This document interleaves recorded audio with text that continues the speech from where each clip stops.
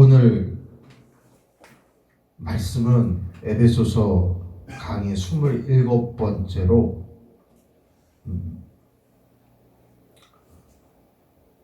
마지막 시간입니다. 마지막 시간.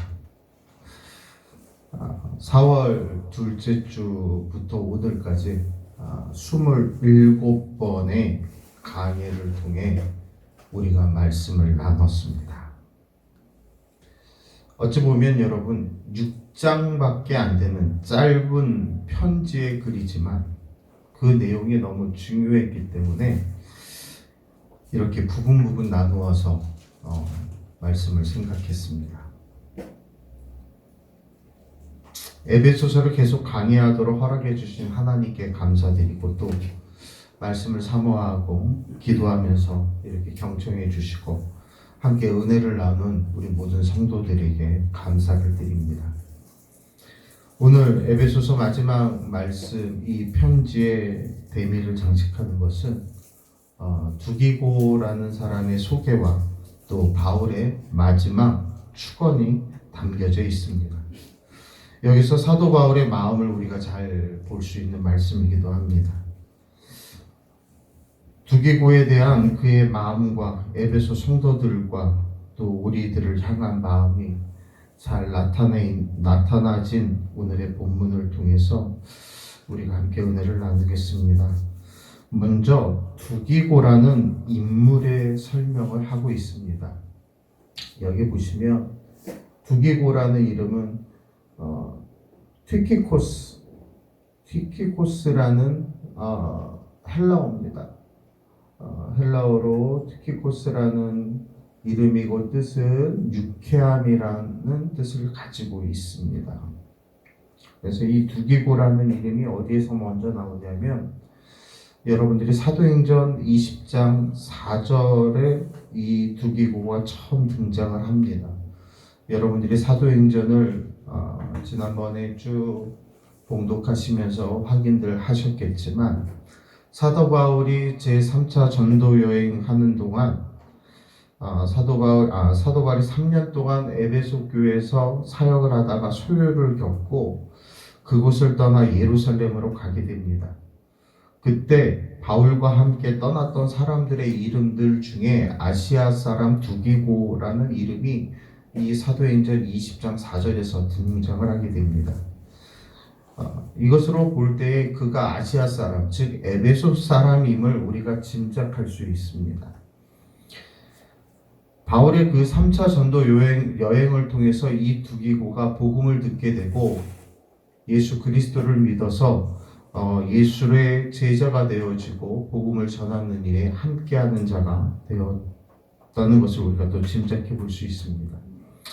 그가 바울을 따라 에베소에서 예루살렘까지 같이 가게 되었고 로마로 호송될 때까지 같이 있었고 그리고 지금 이 에베소서를 쓰는 이 시점 로마 옥중에서 바울이 쓴 편지를 에베소 성도들에게 전해준 사람 바로 그 사람이 이 두기고입니다.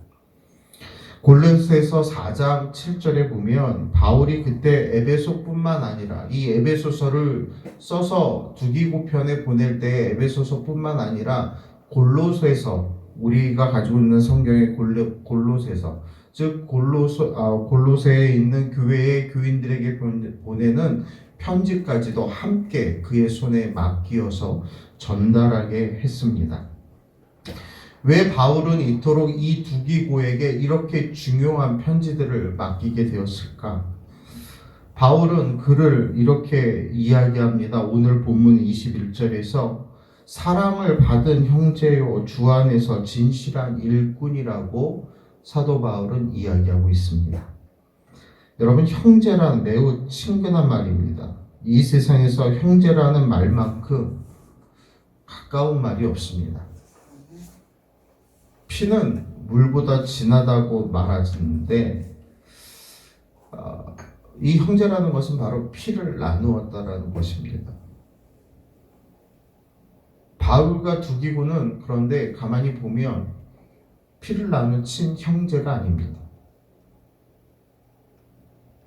그런데 그들은 피를 나눈 친형제처럼 형제라고 부르고 있습니다. 어떤 피를 나눴습니까? 예수 그리스도의 그 보혈의 한 피를 나눈 것입니다. 오늘 저와 여러분이 형제요 자매라고 부르는 것은 혈육적으로는 어떠한 피도 나눈 바 없지만 우리가 영적으로 예수 그리스도를 믿음으로 말미암아 그 예수 그리스도의 보혈의 피를 나눈 형제요 자매인 줄로 믿습니다. 그래서 두기고를 사랑받은 형제라고 표현한 것처럼 우리 성도들도 서로가 서로를 사랑하는 형제와 자매로 섬길 수 있기를 주의 이름으로 부탁을 드립니다. 그래서 에베소 교회를 대표하여서 바울을 따라갔고 또 바울과 함께 바울의 그 전도 여행을 하는 동안에 그 일행들로부터 많은 사랑을 받았던 자가 바로 이 두기고입니다. 이렇게 두기고가 많은 이들의 사랑을 받고 또 바울과 바울의 전도 일행의 그 사랑을 받았던 이 모습들을 통해서 바로 우리가 주 안에서 한 형제요 자매이고 서로가 사랑을 나누는 관계인 것을 다시 한번 생각하게 되어집니다. 그래서 저는 사도 바울이 두기고를 부르는 말을 통해서 제가 여러분을 그렇게 생각하고 또 여러분이 저를 그렇게 생각하고 우리가 다 사랑하는 형제 자매라는 사실을 다시 한번 확인하는 귀한 은혜가 오늘 이 자리에 있기를 주의 이름으로 축원합니다. 그만큼 우리의 관계가 깊다라는 것입니다. 저와 여러분들이 본 지가 얼마나 됐죠? 우리가 이렇게 마주 앉아서 예배드리는 것이 물론 저랑 오랜 깊은 관계를 가지신 분도 계시지만 전체적으로 봤을 때 우리가 이렇게 한 자리에 함께 모여서 예배드린 것은 지난 2월 달부터인 것 같습니다. 그죠? 벌써 9개월이라는 시간이 지났습니다. 그동안에 많은 정도들고 또 많은 또 사랑의 관계들 또 함께 걱정하고 고민하는 그런 모습들 너무나도 감사합니다. 그러한 모습들이 왜 우리 가운데 있습니까? 바로 예수 그리스도의 피를 나는 지체이기 때문에 그렇습니다. 또한 오늘 바울이 두기고를 두고 뭐라고 얘기합니까? 진실한 일꾼이라고 얘기합니다. 진실한 일꾼. 사랑받은 형제일 뿐만 아니라 진실한 일꾼이 두기고였습니다. 이 말도 참 귀한 말이에요. 우리가 그리스도 안에서 다 같은 형제와 자매입니다. 그렇지만 사랑을 받았다고 해서 다 신실한 일꾼이 되지는 못합니다. 가정에서도 보면은요, 저희 집 얘기를 하면 저희가 3남매잖아요. 근데 요새 제가 힘들어요. 집안일을 할 때 도와줄 사람이 없어요. 우리 마지가 그래도 많은 일을 도와줬거든요. 힘든 일이 있거나 뭐가 있으면 지가 부르면 뭐 이렇게 해서 다 해줬는데 이놈이 군대 가고 나니까 해줄 놈이 없어요. 한 놈은 이제 고3 됐다고 공부한다고 이러죠. 막내는 딸내미라고 막내니까 그런가 보다 하고 막 그러죠. 다 사랑을 받는다고 해서 특별히 모두가 다 일하는 것은 아닙니다. 지 형이 있을 때는 손 하나 까딱 안 하던 둘째가 그래도 형 없으니까 나름대로 공부하는 가운데도 돕는 그 모습을 볼 때 참 고맙기도 하고 감사하기도 합니다.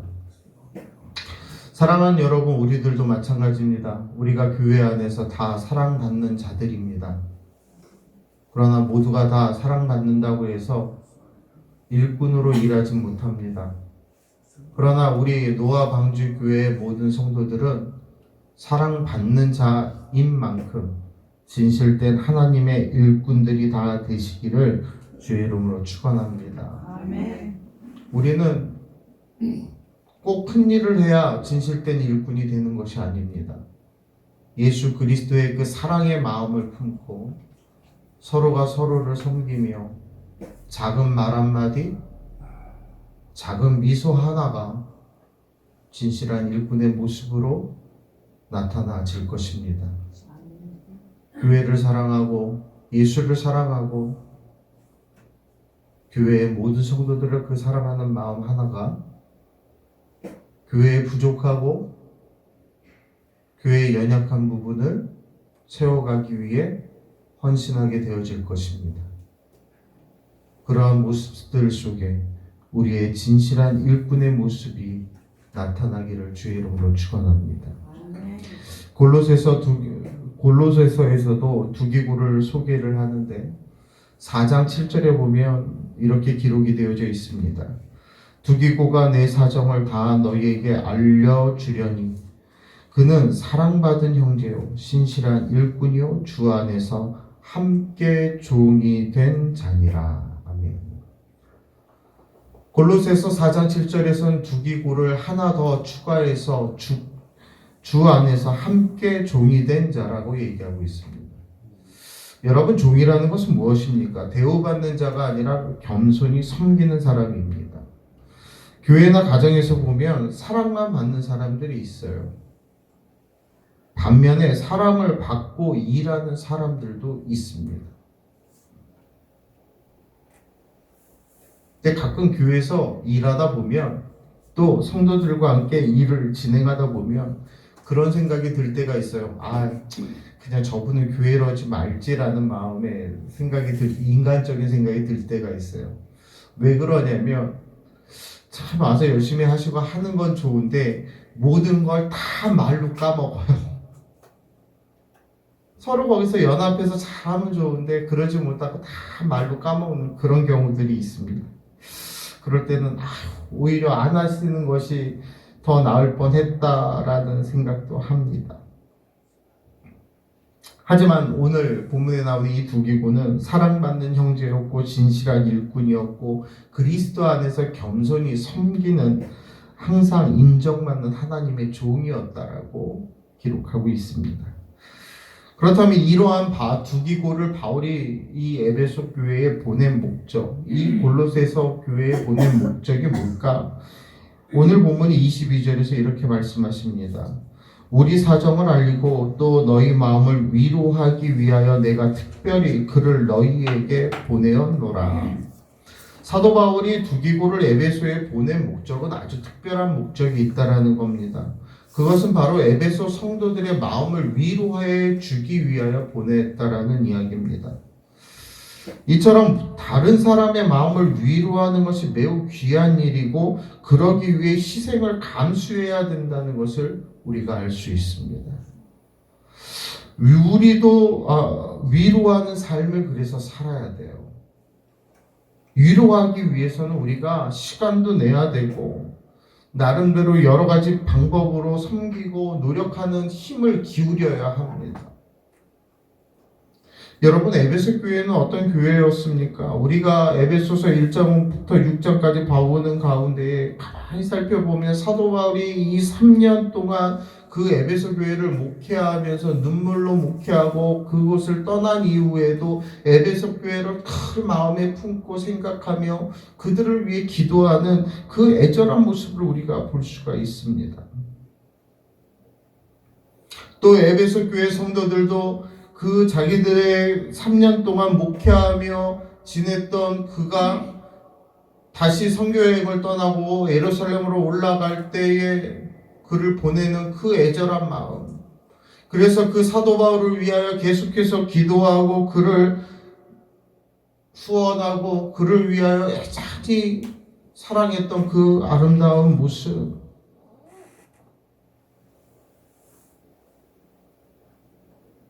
그토록 서로가 사랑했던 이 에베소 교회와 이 사도 바울, 이 가운데는 주의 사랑이 있었고 바울의 눈물의 목회가 있었던 것입니다.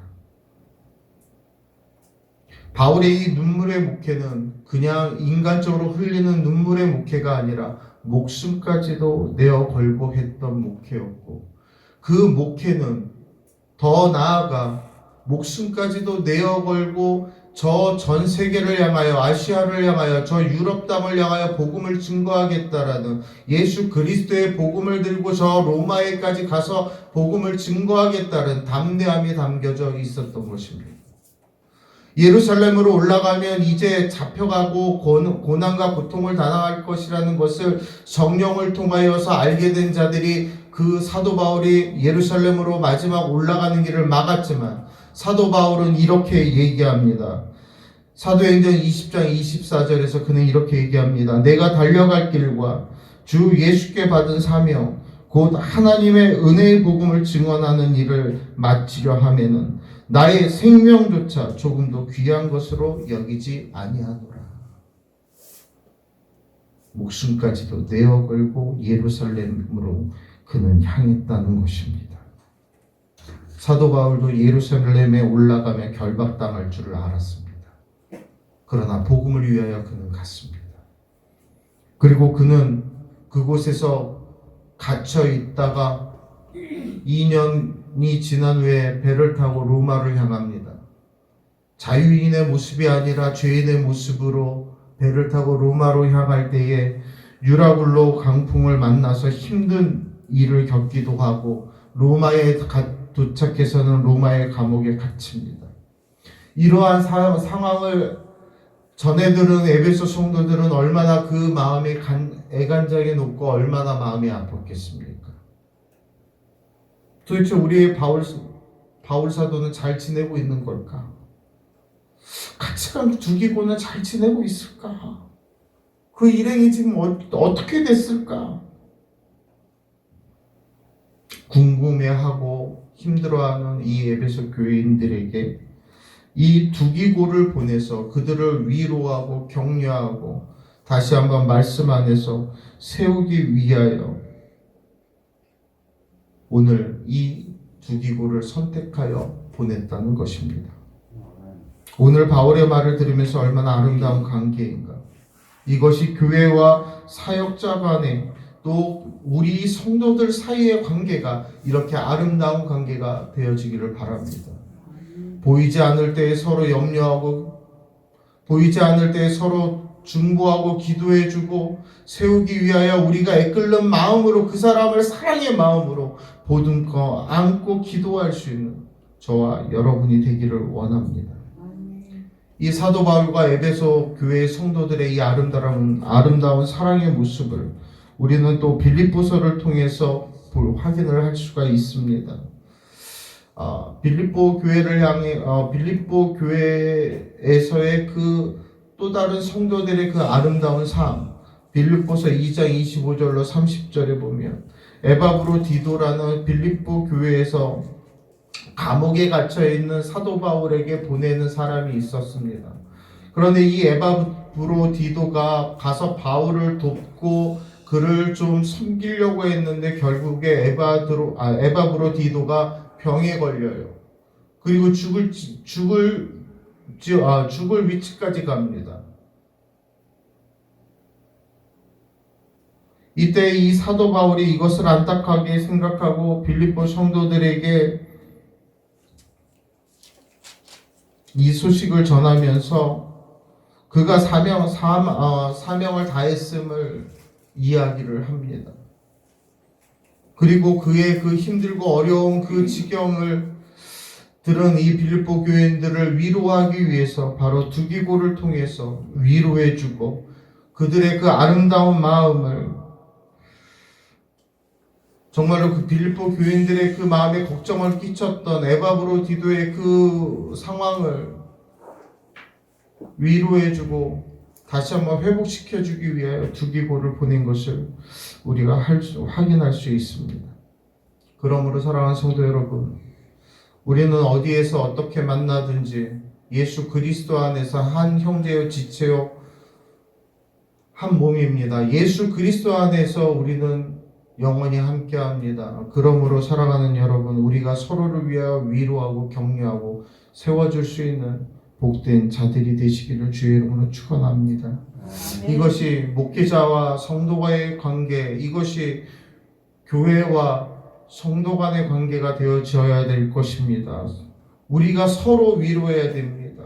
나만 위로받는 것이 아니라 서로가 서로를 위해 위로할 수 있기를 바랍니다. 여러분, 지금 에베소서를 쓰는 이 사도 바울의 처지를 한번 생각해 보십시오. 자유인의 몸이 아닙니다. 로마 감옥에 갇혀 있습니다. 감옥에 갇혀 있다는 건 가정의 집에 있는 것처럼 자유로운 삶이 아닙니다. 풍요로운 삶이 아닙니다. 힘들고 나약한 상황입니다. 어려운 상황입니다. 얼마나 춥고 배고팠겠습니까? 그러나 춥고 배고프고 헐벗고 힘든 그런 자기 자신이지만 오히려 그는 예수 그리스도의 사랑으로 힘입어서 자기를 다시 걱정하고 있는 그 에베소 성도들을 위로하는 모습을, 그들을 사랑하는 그 마음을 전달하고 있는 것입니다.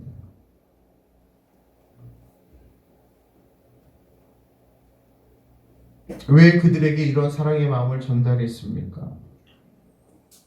에베소 성도들도 힘들었습니다.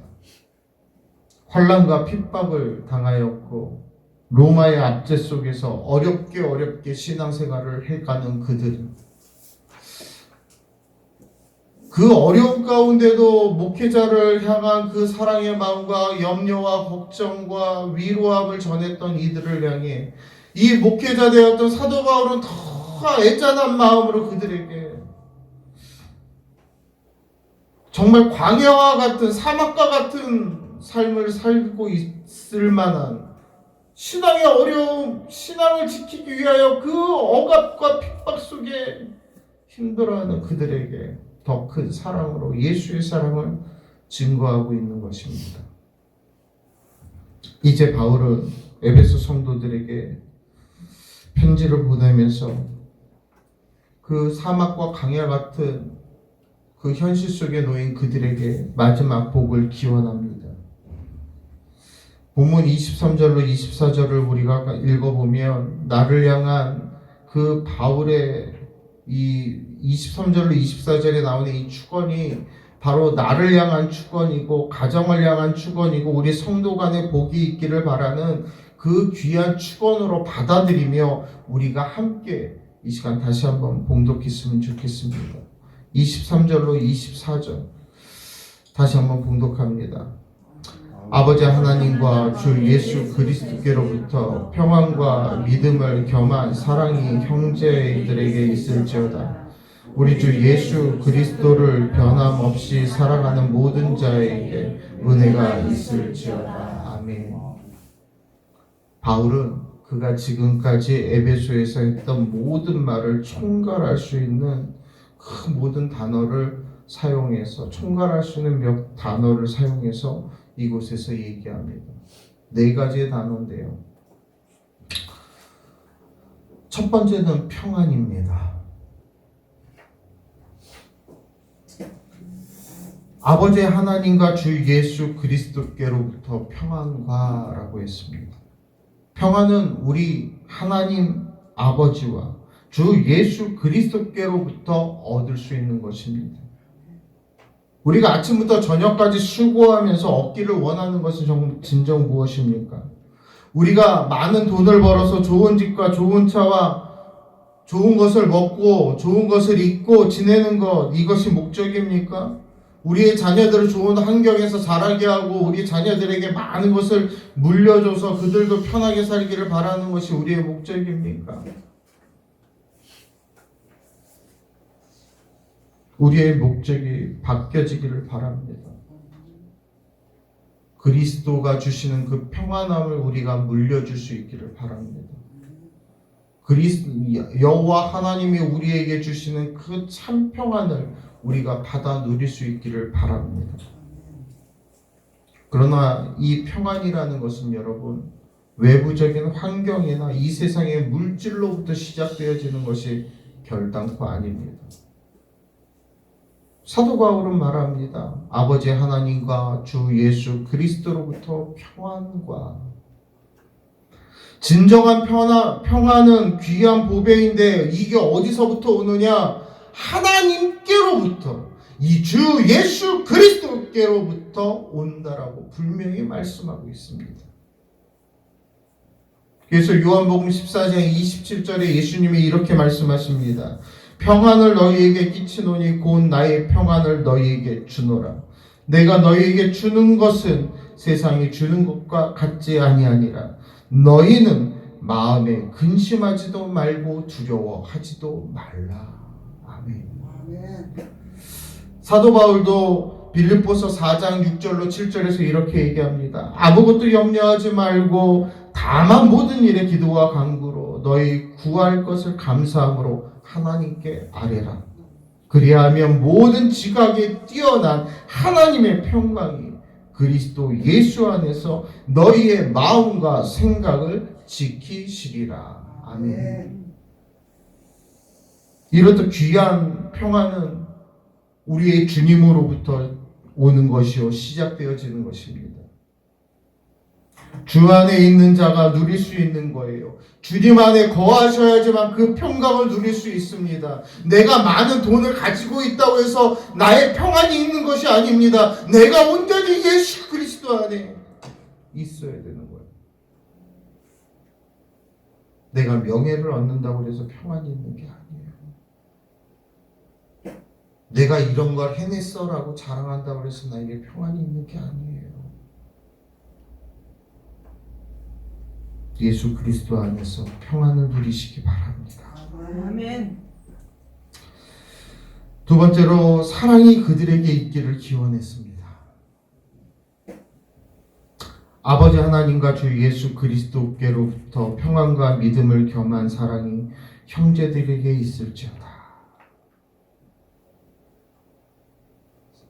이 사랑은 물론 하나님의 사랑을 말씀하기도 하지만 우리 성도들 간의 사랑을 얘기하는 거예요.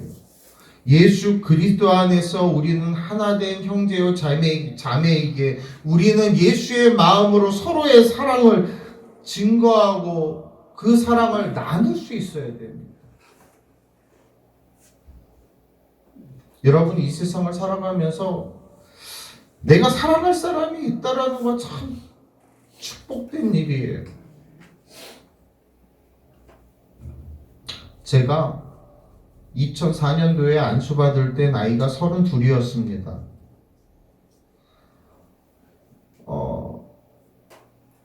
그때 저 안수 동기이신 목사님이 그 당시에 늦게 안수를 받으셨으니까 아마 제 나이, 지금의 저보다 조금 많은 나이에 안수를 받으셨어요. 아니죠. 40대 후반? 아니, 저보다 조금 어릴 때 안수를 받으셨던 것 같아요.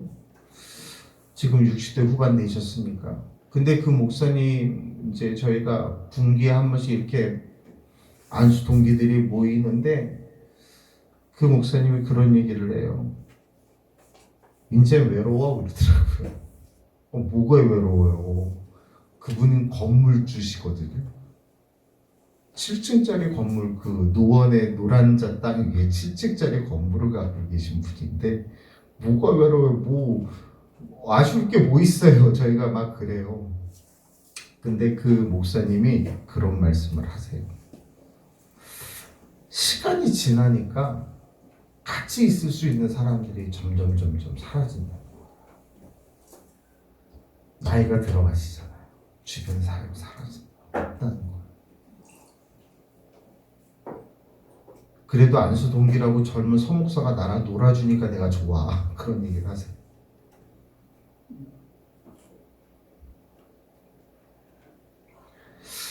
여러분, 내가 사랑할 수 있는 교회, 내가 사랑할 수 있는 목회자, 내가 사랑할 수 있는 나의 가족, 나의 아내, 나의 자녀, 나의 친구가 있다는 게 얼마나 감사한지 우리가 감사할 수 있기를 바랍니다. 아멘. 사랑은 그냥 사랑이 아니에요. 특히 이 성도들 간의 사랑은 그냥 사랑이 돼서는 안 돼요. 오늘 본문에서 뭐라고 그랬어요? 믿음이 겸한 사랑이에요. 예수를 믿는 그 믿음의 사랑이 있어야 돼요. 그 믿음의 사랑의 믿음의 관계가 온전히 이루어져서 사랑을 이루어가야 돼요.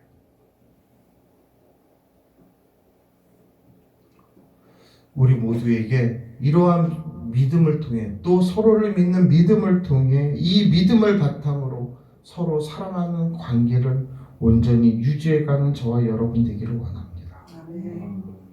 마지막으로 바울은 그들에게 은혜가 있기를 축원했어요. 은혜는 바울이 에베소서를 쓰면서 강조했던 말인데 이 짧은 편지글 속에서 무려 은혜라는 단어를 12번을 사용하여서 얘기합니다. 은혜라는 것은 자격 없는 자에게 주어지는 혜택이에요. 하나님이 가장 큰 은혜를 말한 것이 바로 우리의 구원입니다. 에베소서 2장 5절과 8절에 은혜로 구원받았다라고 했어요. 여기서 누가 잘나고 여기서 누가 똑똑하고 누가 물질이 많고 뭔가 뛰어나서 구원받은 사람은 그 누구도 없습니다. 우리는 다 하나님의 은혜로 구원받은 줄을 믿습니다. 그래서 우리는 그 은혜를 잊지 말아야 돼요. 주님의 그 구원의 은혜.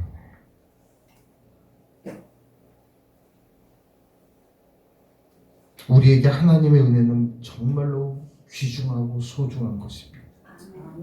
바로 이런 하나님의 은혜가 에베소 성도들에게 있기를 원했던 이 사도 바울의 간절한 마음, 오늘 여러분을 향한 저의 마음인 줄로 믿어주시기 바랍니다. 아멘.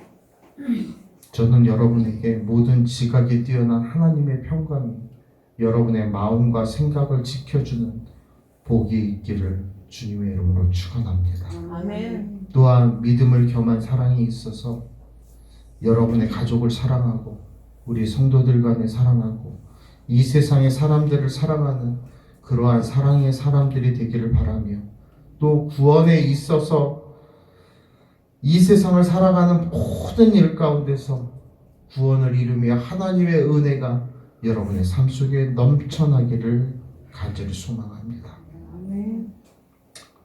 그러면서 사도 바울이 이제 마지막으로 아주 의미심장한 말을 합니다. 본문 24절 말씀 다시 한번 우리 봉독합니다. 우리 주 예수 그리스도를 변함없이 사랑하는 모든 자에게 은혜가 있을지어다. 아멘. 여러분, 은혜와 평강과 믿음을 겸한 사람은요, 오늘 본문처럼 주 예수 그리스도를 변함없이 사랑하는 사람이라는 거예요. 어떤 굉장한 부자가 있었어요. 근데 그 부자가 사랑하는, 참 너무나도 사랑하는 아내가 있었습니다. 그런데 이 아내가 임신을 하고 아이를 출산하고 얼마 안 있다가 아내가 죽었어요. 사랑하는 아내가 죽었으니 이 부자인 남편은 어떻겠어요? 누구에게 그 사랑을 다 쏟겠습니까? 사랑하는 그 아들에게, 사랑하는 그 자녀에게 모든, 그 아들 하나밖에 없는데 그 모든 것을 아이에게 쏟아붓습니다. 그래서 그 아이를 잘 양육하기 위해서 정말로 그 좀 나이 좀 있고 아이를 키워본 경험이 있는 유능한 유모를 하나 이렇게 가정으로 드립니다. 그리고 그래서 그 유모로 하여금 아이를 키울 수 있도록 해줍니다. 이 부자의 마음을 알았던 유모는 그 아들을 정말 자기의 자식처럼 너무나도 사랑하는 마음으로 섬기고 양육하고 길렀어요. 그런데 너무나도 안타깝게 이 아들도 결국에 병이 들어서 죽게 되어집니다.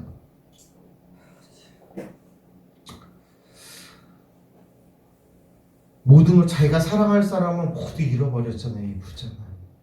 그래서 마음에 큰 상심을 입고 있다가 결국 그도 죽게 됩니다. 그러니까 많은 땅과 큰 집과 많은 재산을 남겨놓고 죽었어요.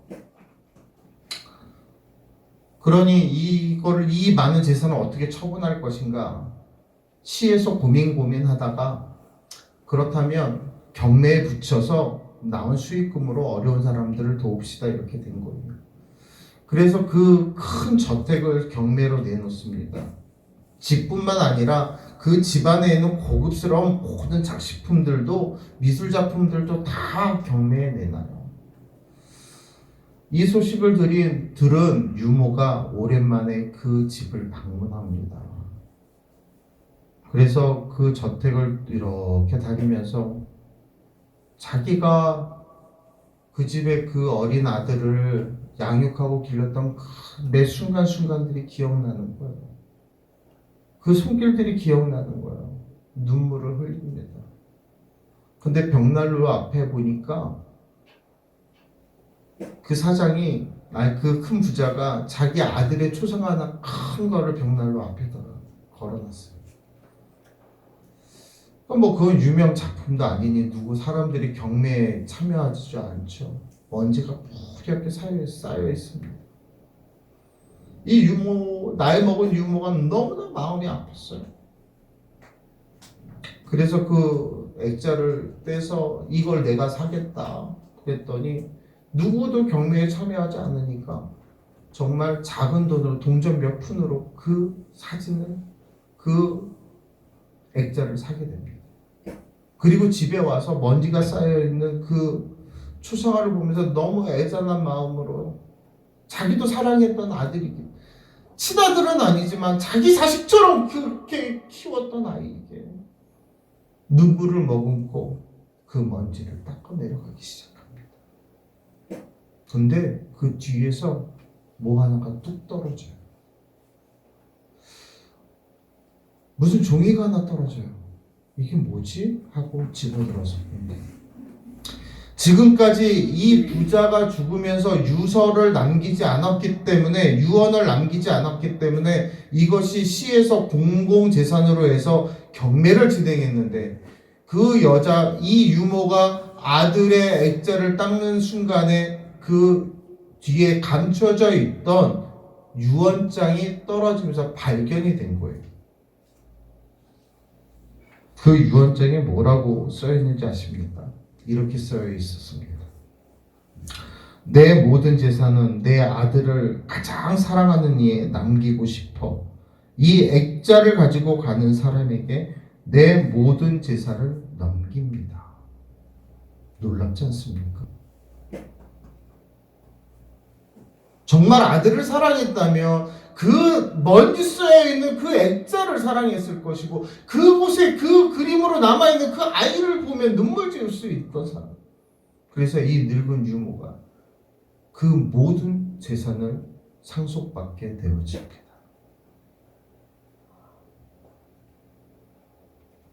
사랑하는 여러분, 우리 하나님 아버지께서는 여러분들에게 큰 복을 주기를 원하십니다.